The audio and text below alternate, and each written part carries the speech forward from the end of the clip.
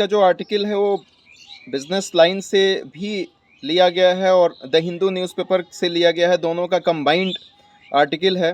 और textile industries के बारे में है कि इंडिया में टेक्सटाइल इंडस्ट्रीज़ को फ्लरिश करने के लिए किस तरीके का रोल निभाना पड़ेगा और कौन से डिसीजंस, कौन से स्कीम्स को इम्प्लीमेंट करना पड़ेगा जिसकी वजह से हम भी टेक्सटाइल को काफ़ी ज़्यादा एक्सपोर्ट कर सकें अलग अलग कंट्री में। आर्टिकल का स्टार्टिंग साउथ एशियन कंट्री से किया जाता है और राइटर ऐसा लिखते हैं कि इस आर्टिकल को आप जीएस पेपर 3 में कोट कर सकते हैं, जिसमें इकोनॉमिक्स का पार्ट होता है और कहीं ना कहीं ये आर्टिकल इकोनॉमिक्स से ही रिलेटेड है। इकोनॉमिक्स सर्वे में भी इसके बारे में जिक्र किया गया है इस साल के। तो ग्लोबल टेक्सटाइल इंडस्ट्री में साउथ एशियन कंट्री का एक बहुत बड़ा दबदबा आ चुका है और यूं कहें कि साउथ एशियन कंट्री एक बहुत बड़े प्लेयर के रूप में इमर्ज हो रही है। तो ये एक रियलिटी होगी, ये एक हकीकत होगी।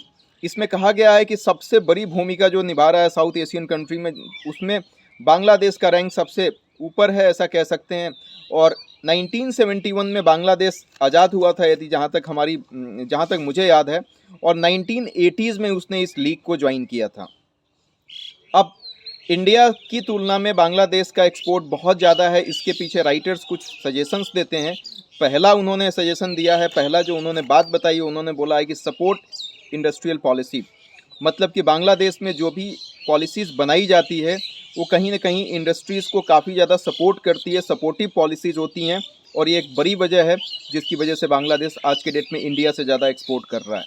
दूसरा रीज़न इन्होंने बोला है कि रॉ मटेरियल पे ज़ीरो इंपोर्ट ड्यूटी लगाते हैं, मतलब जो रॉ मटेरियल को इंपोर्ट किया जाता है उस पर बहुत कम टैक्सेस लगाया जाता है, जिसकी वजह से बहुत ईजिली वो बांग्लादेश में चला जाता है मटेरियल और उससे फाइनल गुड्स की मैन्युफैक्चरिंग कराई जाती है। इसके साथ साथ कैपिटल मशीनरी जो है उस पर भी बहुत ज़्यादा इन्वेस्टमेंट होता है। फॉर एग्जांपल यदि मुझे कपड़े बनाने हैं उसके लिए बहुत बड़े बड़े मशीन्स की ज़रूरत पड़ती है।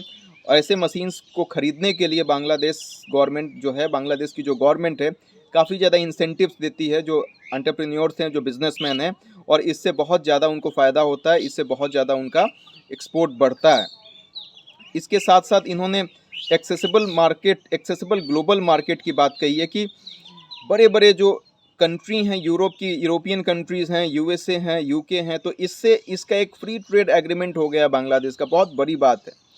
और यहाँ पे सबसे ज़्यादा टेक्सटाइल की ज़रूरत होती है, बहुत ज़्यादा फैशन की ज़रूरत, वहाँ के लोग ज़्यादा फैशनेबल होते हैं। तो इन लोगों से एक फ्री ट्रेड एग्रीमेंट कर लिया है बांग्लादेश और इस वजह से बहुत ज़्यादा एक्सपोर्ट वो कर रहा है। रही बात इन सारे चीज़ों को, तो इसका पूरा का पूरा एसेंस ये है कि बांग्लादेश इंडिया से आगे इसलिए निकला है। एक और छोटा सा रीज़न मैं आप लोगों को बताते चलूँ कि वहाँ पे प्रोडक्शन का कॉस्ट जो है वो लो है, मतलब सेम क्वालिटी आपको सस्ते दाम में बांग्लादेश में मिल जाएगी जो इंडिया में उससे महंगा मिलेगा। तो कुल मिला के बांग्लादेश इसीलिए इंडिया से ज़्यादा आगे है in terms of textile industry, in terms of exporting their materials to the different parts of the country. Bangladesh का एक्सपोर्ट इंडिया के एक्सपोर्ट से इसलिए ज़्यादा है क्योंकि वहाँ का जो प्रोडक्शन कॉस्ट है वो काफ़ी कम है कंपेयरिंग टू इंडिया, और इसके साथ साथ जो वेस्टर्न बायर्स हैं उनके साथ इसका एक फ्री ट्रेड एग्रीमेंट है। हालांकि कहा जाता है कि इंडिया और पाकिस्तान भी रेडीमेड गारमेंट्स में काफ़ी ज़्यादा इम्प्रूवमेंट किए हैं, लेकिन अभी बहुत कुछ करना बचा हुआ है। टेक्सटाइल एक्सपोर्ट की यदि हम बात करें तो बांग्लादेश का तीसरा रैंक है और इंडिया का 5th रैंक है। मैं पहले ही से ही आप लोगों को बोल रहा हूँ, टोटल मार्केट है $840 बिलियन का और उसमें इंडिया का शेयर मात्र 4% है, जिससे इंडिया की रैंकिंग 5 पे खिसक के चली जाती है और बांग्लादेश वहीं पे 3 पे है। तो अब क्या क्या चैलेंजेस हैं इसके बारे में राइटर बताते हैं। एक बहुत अच्छा वर्ड इन्होंने यूज़ किया, fourth industrial revolution. Fourth industrial revolution का मतलब क्या है कि पहले जो टिपिकल प्रोडक्शन होता था, मतलब मशीन से प्रोडक्शन कर दिया जाता था, आज के डेट में वो चीज़ें नहीं चलेंगी। बिज़नेस में यदि हमको फ्लरिश करना है तो बिज़नेस में इनोवेटिव आइडियाज़ और टेक्नोलॉजिकल एडवांसमेंट लेके आना पड़ेगा। और यही चीज़ कहा भी जा रहा है आर्टिकल में कि फोर्थ इंडस्ट्रियल रिवोल्यूशन ये कहता है कि प्रोडक्शन जो मशीन से होता है उसको नहीं करके हम उसमें टेक्नोलॉजी को भी इंटीग्रेट करें। और किस तरीके की टेक्नोलॉजी को इंटीग्रेट करने की बात कही गई है, उसमें रोबोटिक्स की बात की गई है, उसमें आर्टिफिशियल इंटेलिजेंस की बात की गई है, उसमें 3D प्रिंटिंग की बात की गई है, उसमें वर्चुअल रियलिटी की बात की गई है। हालांकि इन सब चीज़ों से नुकसान भी हैं और फ़ायदे भी हैं। यदि नुकसान की बात हम कहें तो जाहिर सी बात है कि इससे बड़े फॉर्म्स को काफ़ी ज़्यादा हेल्प मिलेगा, लेकिन छोटे फॉर्म्स इस सारी चीज़ों से कंप्लाई नहीं कर पाएंगे बहुत ईजिली, चाहे वो आर्टिफिशियल इंटेलिजेंस हो, चाहे वो 3D टेक्नोलॉजी हो, चाहे वो वर्चुअल रियलिटी हो, चाहे वो रोबोटिक्स हो। लेकिन बड़े फार्म्स इससे कंप्लाई कर सकेंगे और इस वजह से उनका वो ज़्यादा ग्रो करेंगे कंपेयरिंग टू छोटे फॉर्म्स। जॉब की यदि बात करें तो नो डाउट ये सब ऑटोमेशन आएंगे तो जॉब्स कम हो जाएगी। जहाँ पे मैनुअली काम होता है वहाँ पे मशीन्स काम करने लगेंगे तो जॉब्स घटेगी। लेकिन यदि हम फ़ायदे की बात करें तो इससे इफ़िशियंसी बढ़ेगी, इससे आप इफ़ेक्टिव ज़्यादा होगा, इससे आप ऐसे कह सकते हैं कि नया डिज़ाइन आएगा, डाइवर्सिफाई हो सकता है नई नई टेक्नोलॉजी से। तो इससे फ़ायदे भी हैं और नुकसान तो खैर हैं ही। इसके साथ साथ अब सजेशंस की बात की जाए तो सजेशंस में राइटर ने 2-3 सजेशंस दिए हैं। पहला इन्होंने ये बोला है कि देखो बहुत पहले सीजनल फैशन हुआ करता था, फिर उसके बाद फास्ट फैशन आया और अभी एक्यूरेट फैशन हो रहा है। सीजनल फैशन का मतलब कि गर्मी के दिन में आप जैसे गर्मी के दिन में आपने टी शर्ट पहन लिया, सर्दी के दिन में आपने स्वेटर खरीद लिया, तो ये सब सीजनल फैशन होते थे, सीजन के हिसाब से हम कपड़े खरीदते थे। इसके बाद फास्ट फैशन आया। फास्ट फैशन का मतलब ये हुआ कि कोई मूवी आई, उसमें शाहरुख खान ने कोई कपड़ा पहना है तो उसको हमने खरीद लिया, तो फिर दूसरी मूवी आई तो फिर हमने उसको खरीद लिया। अब फास्ट फैशन का भी ज़माना चला गया, अब एक्यूरेट फैशन आया।